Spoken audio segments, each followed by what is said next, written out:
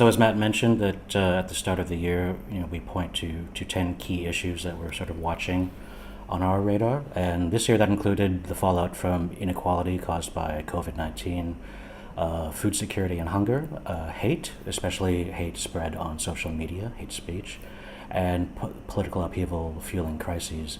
So, Tin, your reporting really touches on all of these issues, I think, often at the same time. I think of a story we published last year on Myanmar's hidden hunger, where you looked at the growing food crises in areas that are sort of off the usual aid radar in Myanmar. So why don't we zoom in on Myanmar to start? It's been, I think, almost 18 months since the coup in February of 2021, and the crisis is worsening really by any measure. So let's just run some of those down. 750,000 plus people displaced since the coup. There's now more than 1.1 million people displaced within the country. Conflicts are spiraling across Myanmar. There's an economic and food crisis in many parts of the country. Military blockades continue to cut off or severely limit humanitarian aid.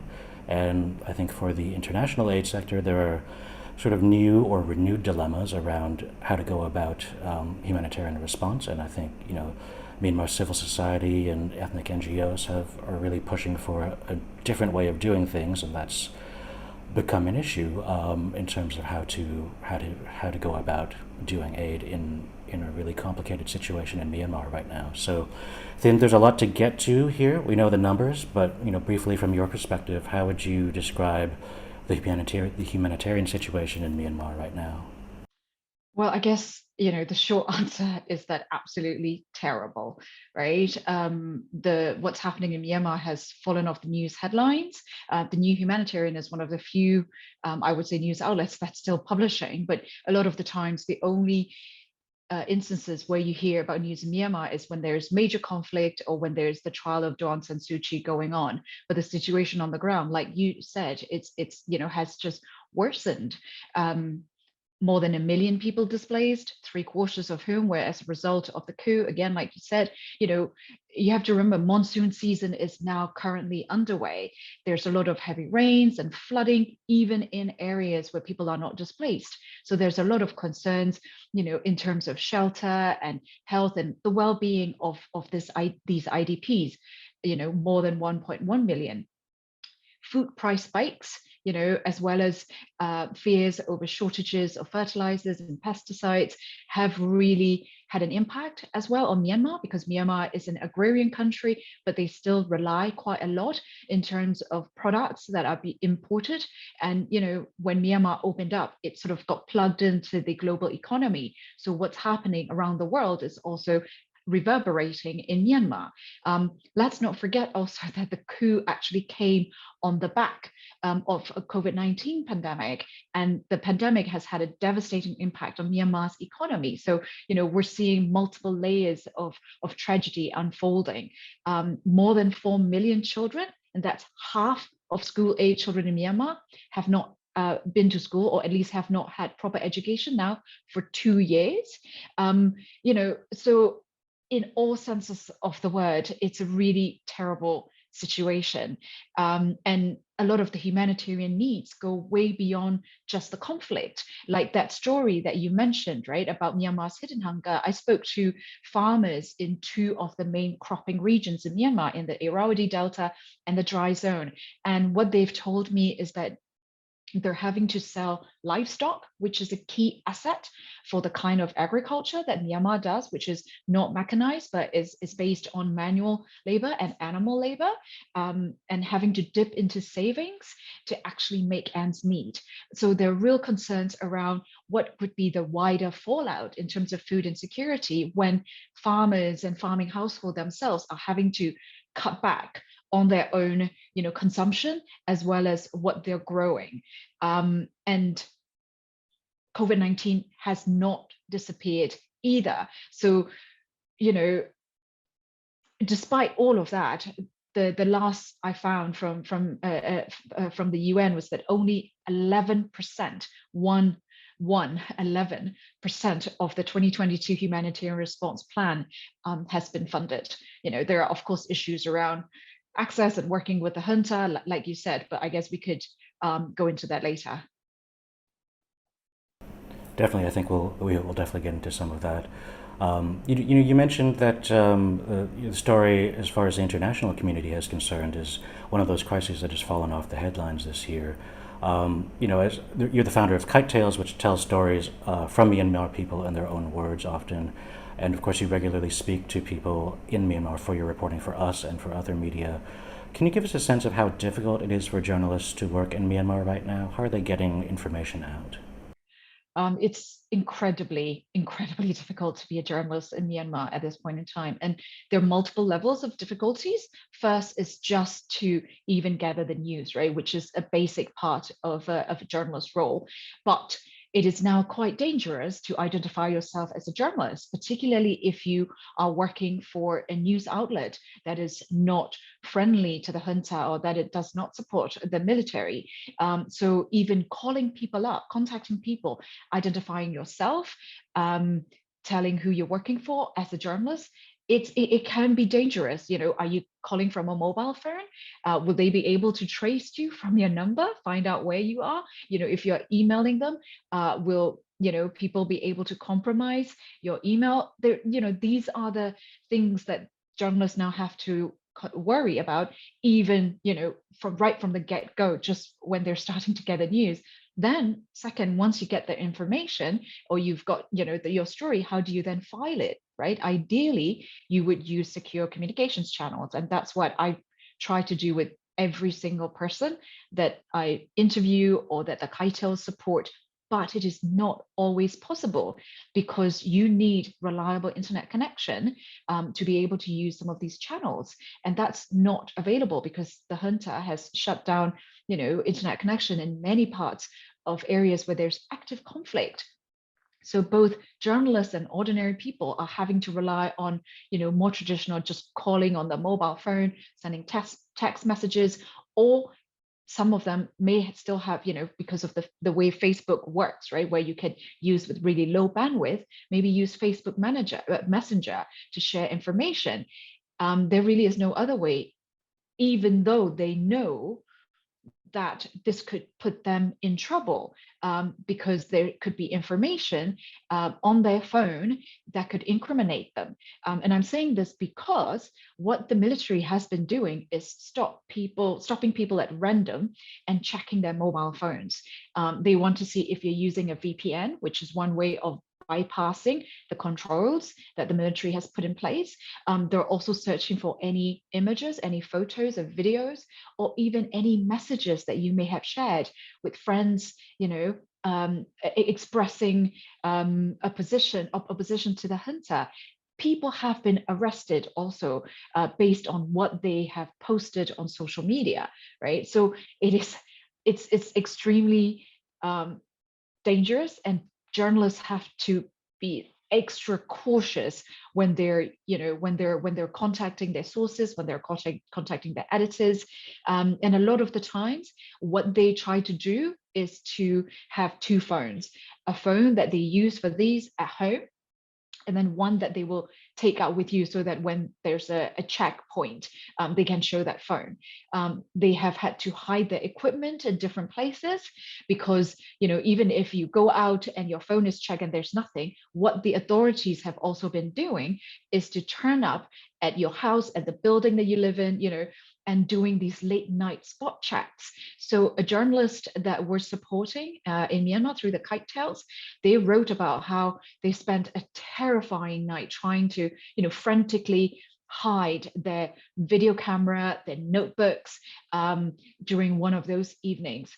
Another journalist said that every time a dog barks, every time they heard a car horn at night, they'll get up and check because they think they're being discovered and found out and will be arrested. It's both mentally and physically exhausting to be a journalist in Myanmar at this point in time. Thanks for that. I mean, some of the things you mentioned in terms of the spot checks and the pressure on the journalists themselves. I think it's interesting to note how local aid workers from Myanmar who are also experiencing some of these same issues. Spot checks, particularly in conflict areas. It's more so that they're being accused of perhaps aiding the enemy, or even if not just accused, they just know that humanitarian aid can help civilians, and of course, civilians are the targets, the explicit targets of Myanmar military strategies often at times. So thanks for that. I'm just wondering, you mentioned earlier in your first response was the coverage of Myanmar right now. I'm wondering what you think, what's missing from the coverage of Myanmar? I think so far the coverage, and I'm talking about international media here, the coverage, like I said earlier, focused far too much on the conflict, the bloodshed, and perhaps Aung San Suu Kyi, which they've done since the beginning. I would really like to, and we also do see some coverage of IDPs on the border, but not necessarily the people who are displaced within the country. I understand why, just because it is harder to get news out of there. And as I just, explained, it's really hard for journalists. They're still working, yeah, they're still working, but it's just harder to get the information out. And we don't have any foreign journalists in the country anymore, unlike say in Ukraine, right? So you're getting all this information and news about Ukraine. That's not the case anymore in Myanmar. So it's really hard to get information. Having said that, right, I would still like to see more coverage of the impact of the coup on ordinary people, not just people who are displaced, but like ordinary people, the farming communities, what's happening, the help that they're not getting, what kind of humanitarian needs they have. And some of these needs are particularly, I think, acute in remote communities, because this is also where from people that I've been speaking to, we're hearing that the junta is really ramping up extractive activities, a lot of it illegal. So we're talking about illegal mining, illegal logging. It's not just jade mining in the Kachin state in the north, but in so many different parts of the country. They happen to be in, like I said, in remote areas, and also areas where there's a lot of minority communities live. And the impact from this environmental destruction tends to heavily affect the communities too. These areas tend to be heavily militarized. So we're talking about arbitrary arrests, forced labor, and things like that. In addition, where a lot of this illegal mining activities tend to create pollution and poison the waterways, and of course, it's the local communities who ultimately suffer. And it would be great to hear and see more stories on that. And if I could just talk very briefly a bit more about the environmental destruction issue, in Myanmar, environmental issues are linked to humanitarian issues, and rights issues. So it's not, entirely separate. And a lot of the work that donors and aid agencies had previously been doing in terms of climate adaptation, for example, or disaster risk reduction, a lot of that work has been put on hold, right? Part of it is because the donors fear the insecurity in different parts of the country. They also don't want to be seen to be collaborating with the junta on these development issues. But what this has done is that it has really cut off local, environmental defenders and local environmental NGOs off from the funding, and they very, they've lost a lot of support. And I was talking to a couple of local activists who said that it's also become very, very difficult and dangerous for them to do their work, because obviously, environmental activism requires talking to communities, talking to people and having consultations. And the junta and the military and their supporters could accuse them of agitating by, holding group consultations, or if they're going into a new area that they don't know, people could think that they're informants, and then they could be in, a different kind of danger. And people that I've spoken to have just really told me to request the international community to continue supporting local actors, because they're still working on the ground. You don't have to go through the junta to support some of their work. There's no reason for the international community to stop supporting them. Right, and in Myanmar, as in many places, these environmental groups, local environmental groups, they're not doing only quote unquote environmental work. Their mandates are really quite far reaching, and obviously now, really they do humanitarian work as well.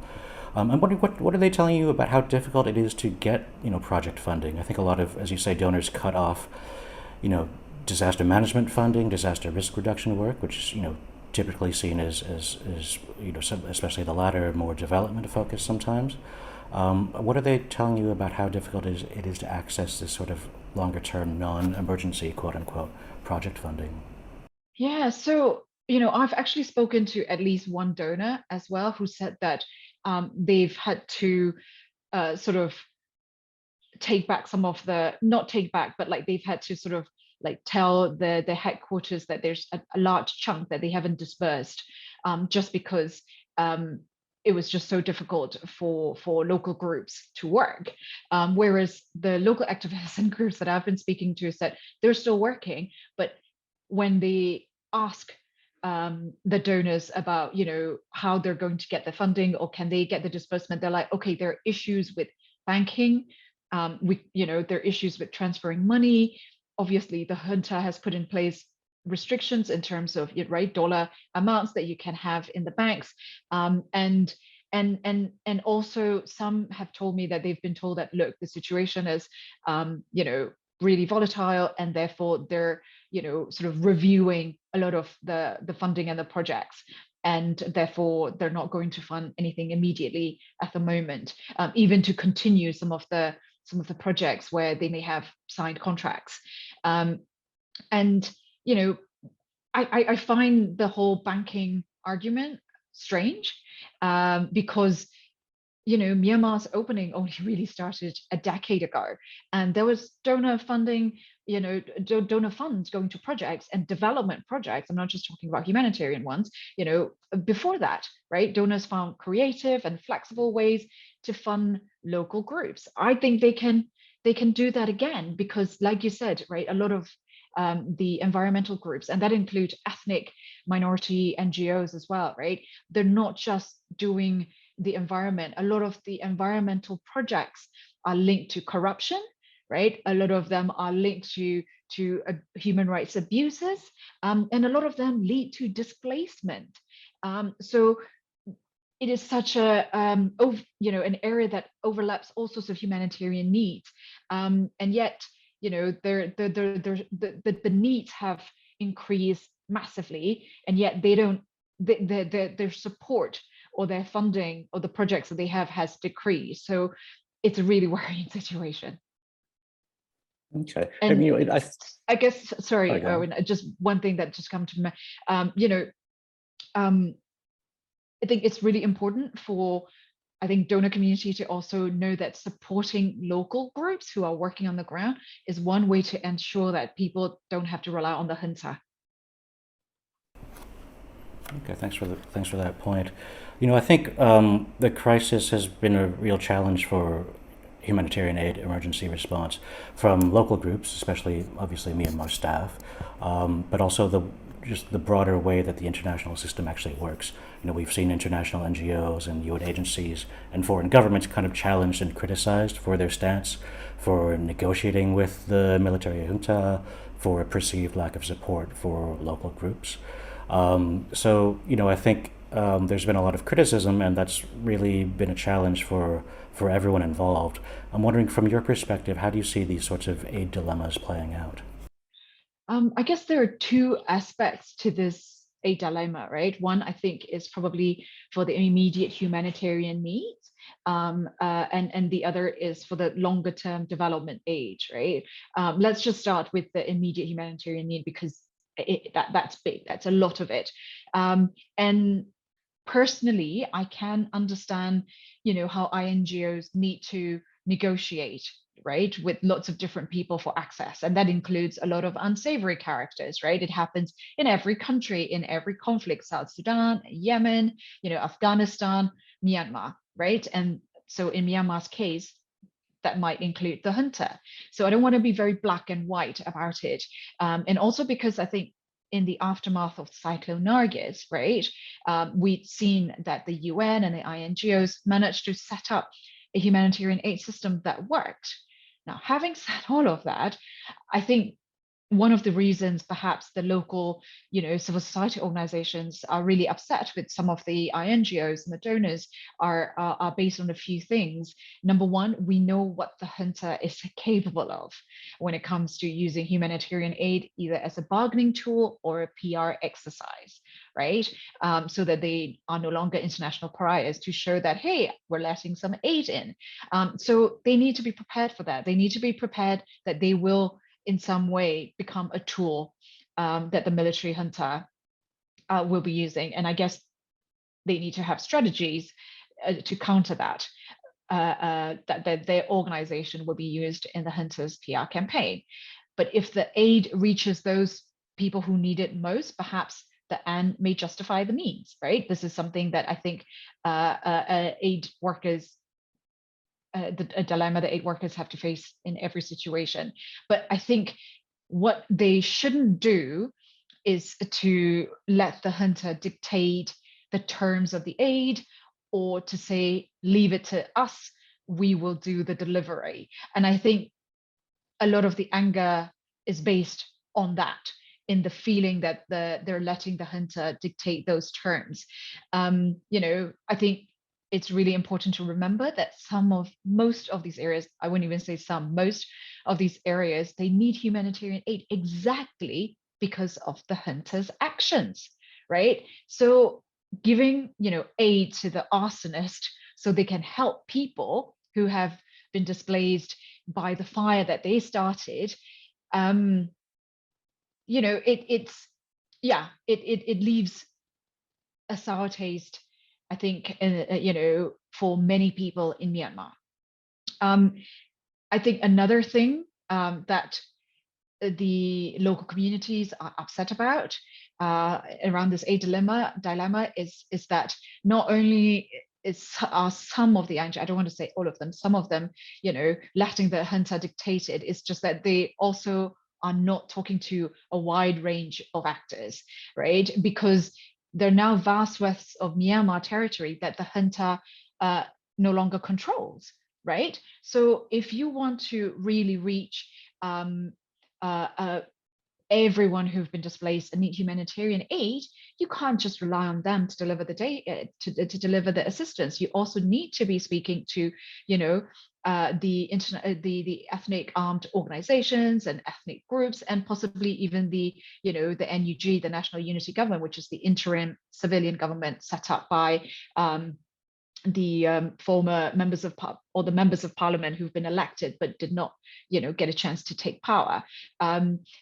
They have not played any role in some of the efforts to deliver aid, and I think that's where the international community is seen to be failing. Obviously, I'm speaking as an observer, and I'm not privy to all the discussions that go behind closed doors. But just a few weeks ago, right, the NUG and three, quite powerful and large ethnic armed organizations put out a statement criticizing UN OCHA and the AHA Center, so that's the ASEAN Humanitarian Center, right, for not consulting them, even though they're vast amounts of displaced people in their territories.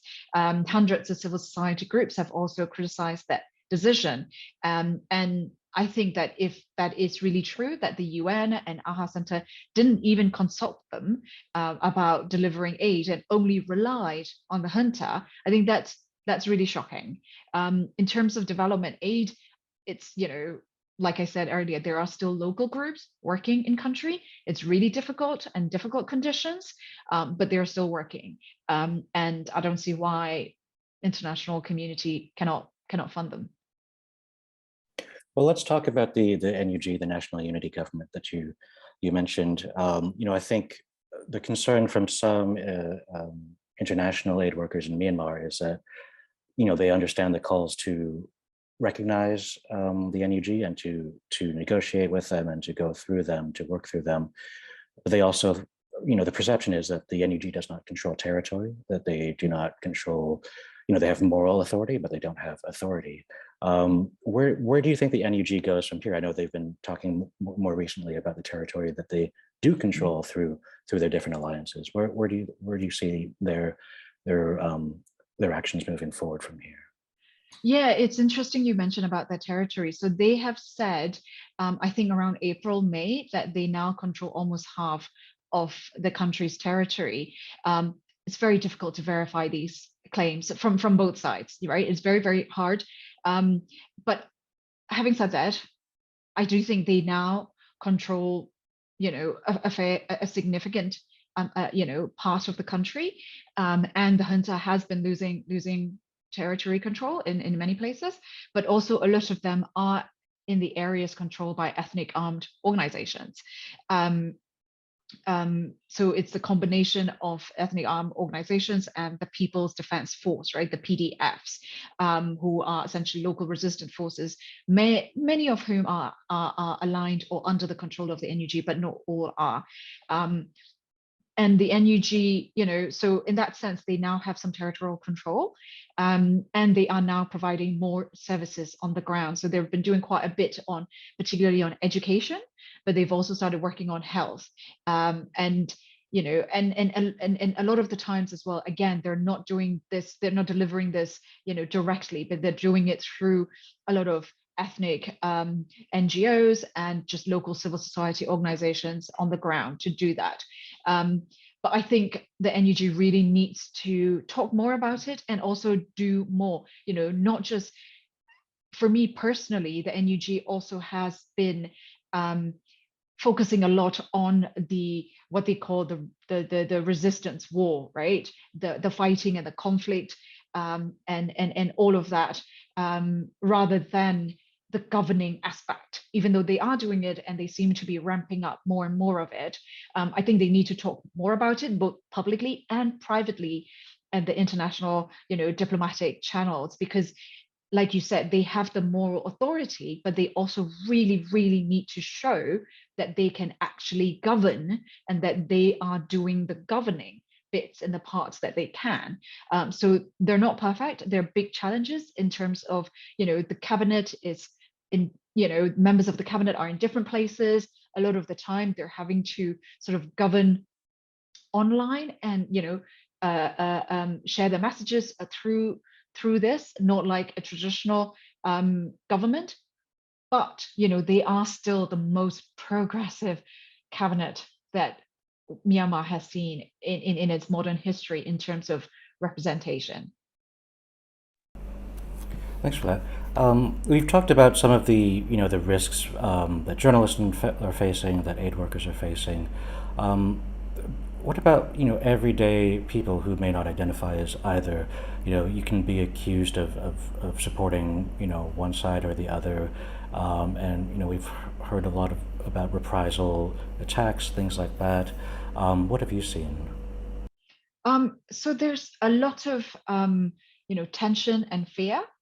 I've spoken to people who have staff who have been accused of being supporters of the PDF. I've also heard from people whose staff have parents who have been killed, targeted assassination, because they've been accused of being informants. So there's a lot of fear and distrust on both sides.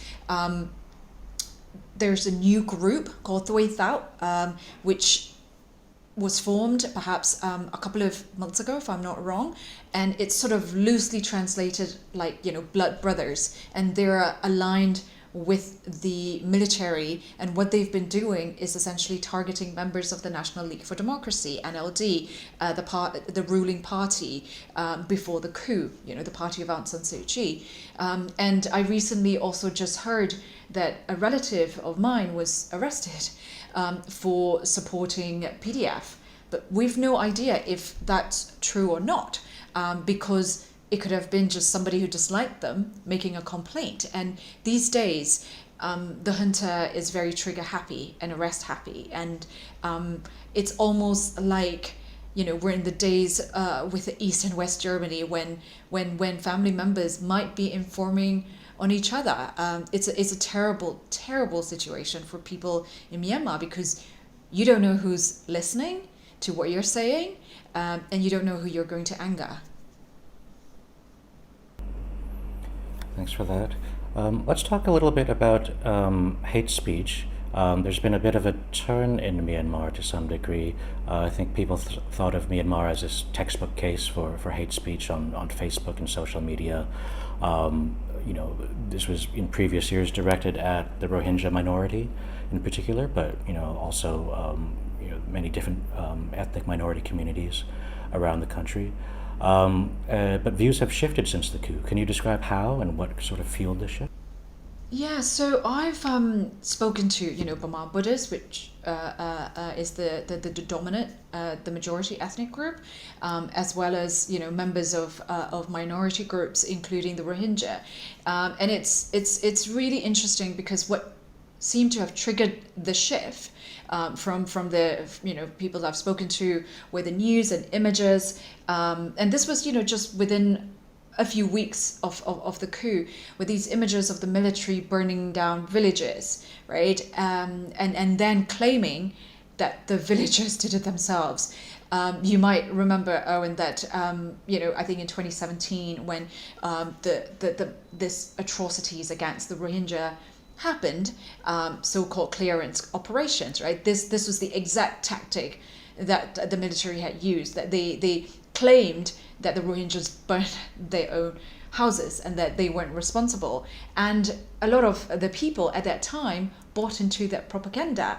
And of course, suddenly seeing with their own eyes what the military is willing to do, even in big cities, right? Because before there was a lot of conflict in Myanmar, but they tend to be in the remote and ethnic areas where not a lot of the Burma Buddhists or they couldn't see it, but to see the abuses and yeah, like I said, burning down villages and houses with their own eyes seemed to have made them a lot more discerning and questioning of the previous narrative that the military has put out.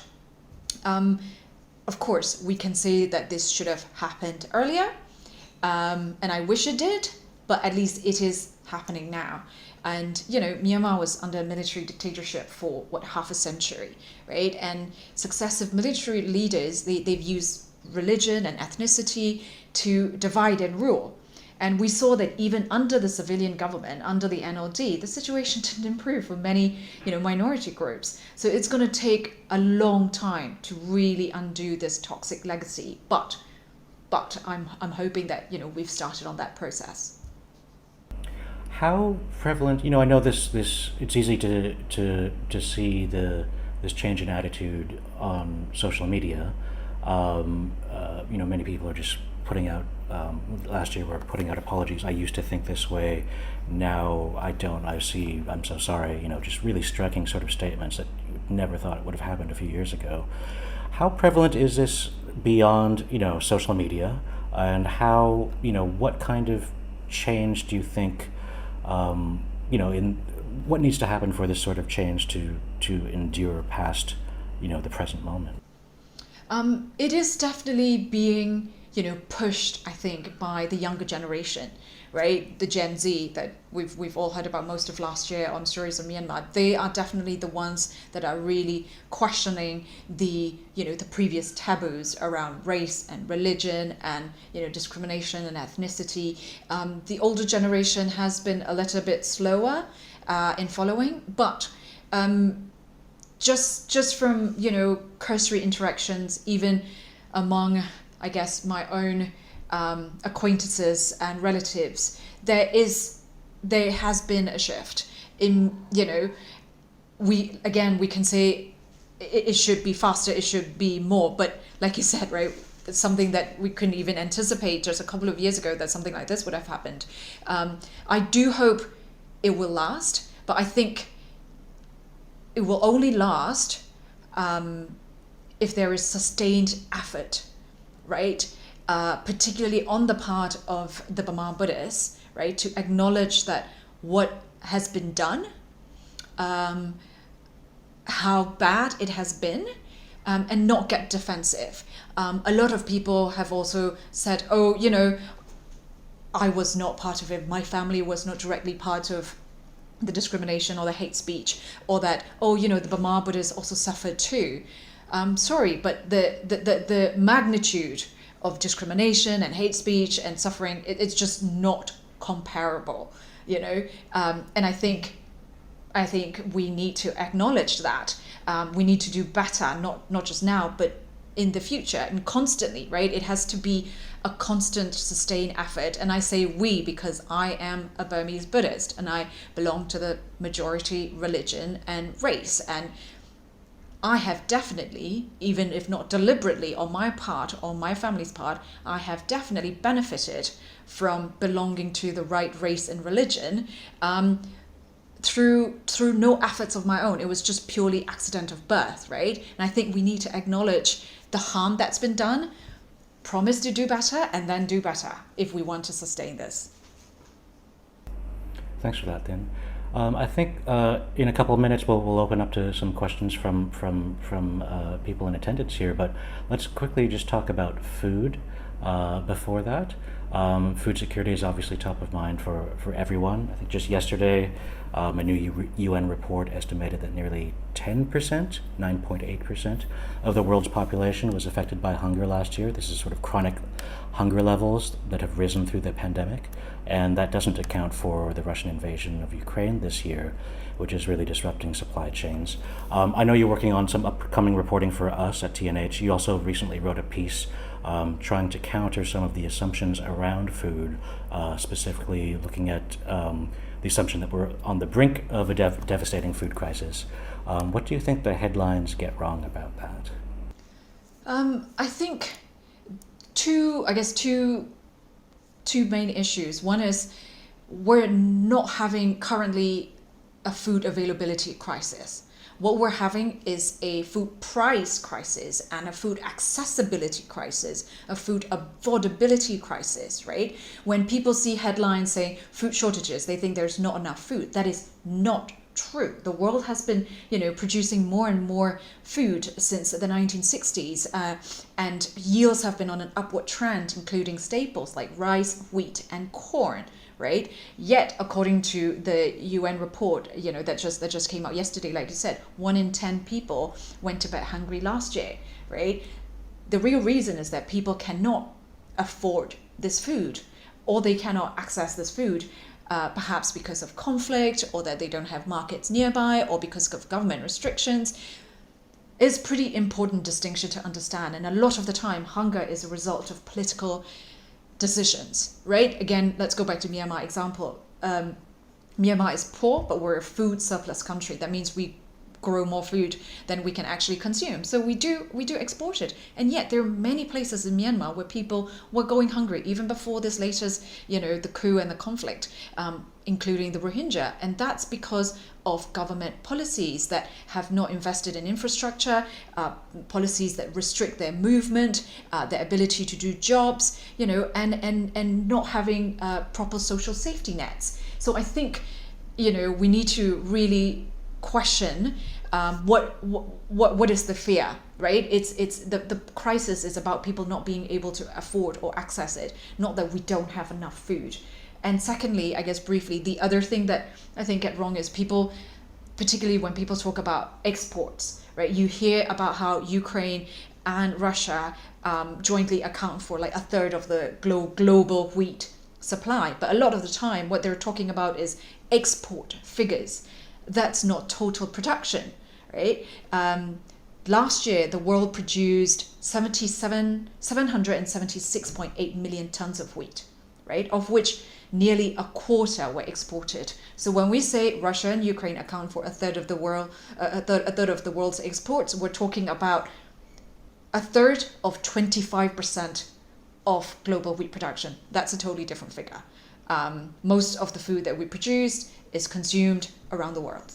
Consumed locally, and I think those are the two big things that I think a lot of the headlines get wrong. You wrote a line or takeaway I had that I thought was really interesting was it's much easier to blame Russia for the current food crisis rather than acknowledge how dysfunctional our food systems are.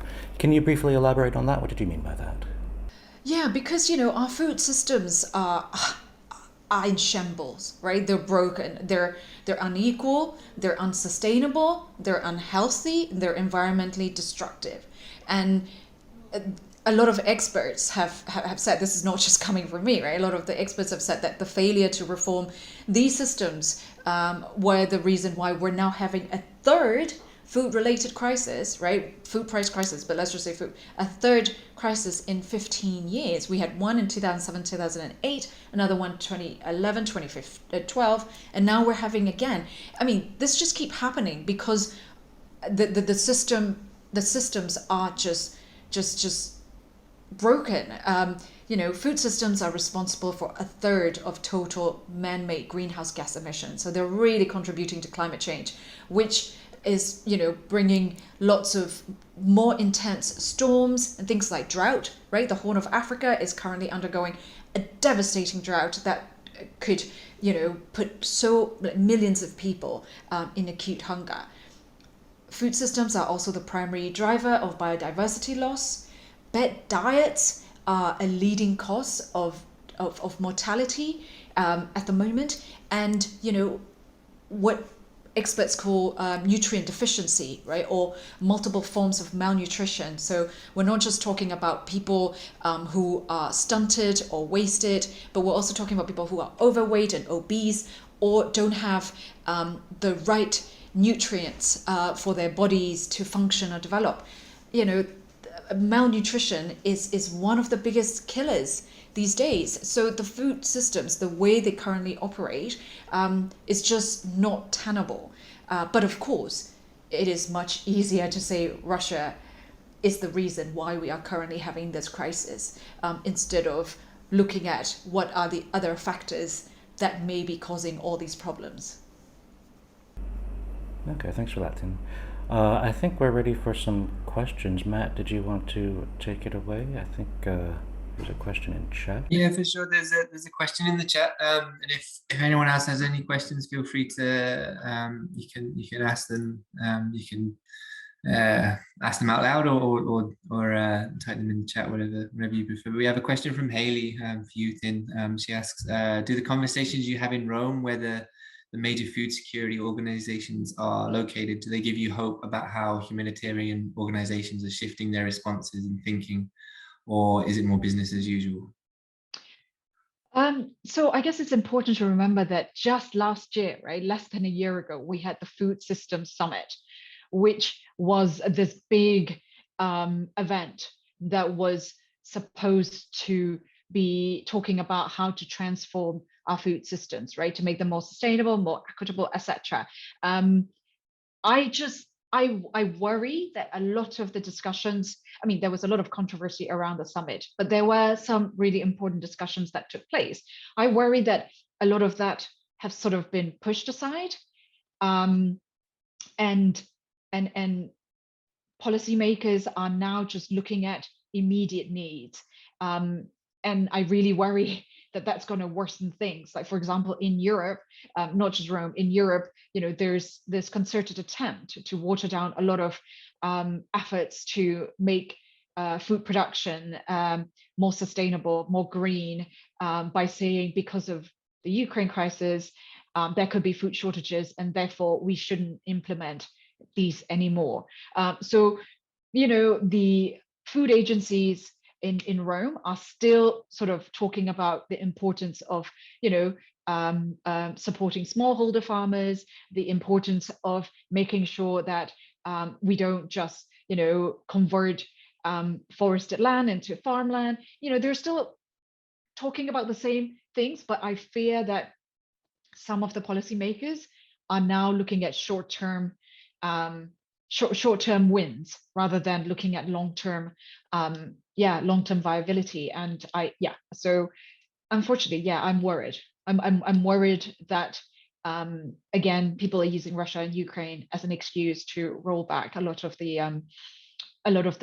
important discussions that took place over the last 2 years. Tim, I have a similar question for you in terms of, I just look at communication strategies from, sort of the food-focused development and humanitarian groups, and it does seem often like it's very focused on funding, on short-term needs, on avoiding quote-unquote famine, quote-unquote starvation, which are words we hear often from David Beasley at WFP, and I'm not quite sure. I don't know if that's constructive, but I don't know if it's not constructive.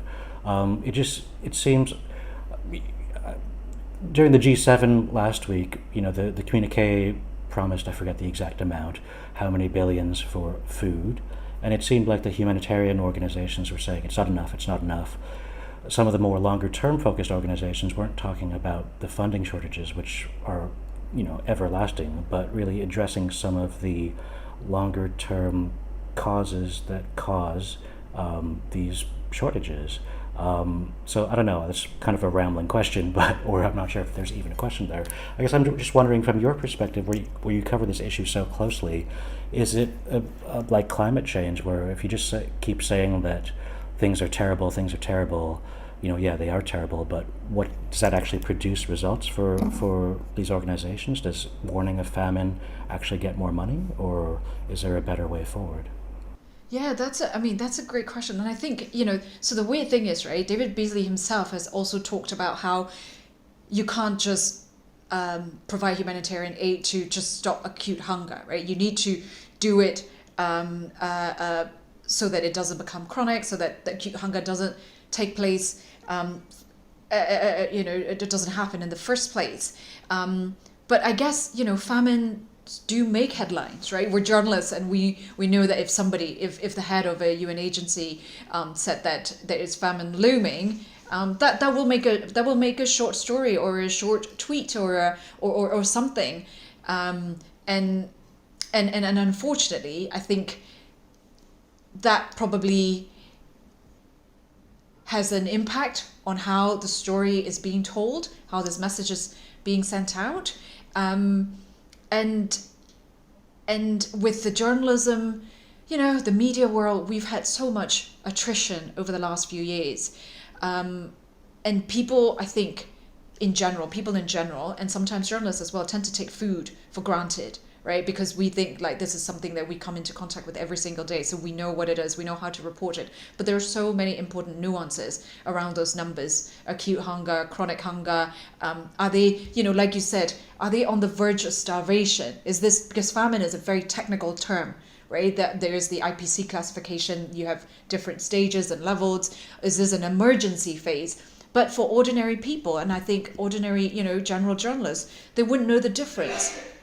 And that, I think, creates misunderstandings, which then makes people feel like perhaps this is a crisis that just never ends, or that this, this doesn't make a difference anyway, might as well, give up. It sort of leads to some sort of fatalism. I mean, that's just my own take. I do think it creates interest, but the problem, I guess, is what if people become desensitized to it? And I think already we are at that stage, right? If people become desensitized to the word famine, or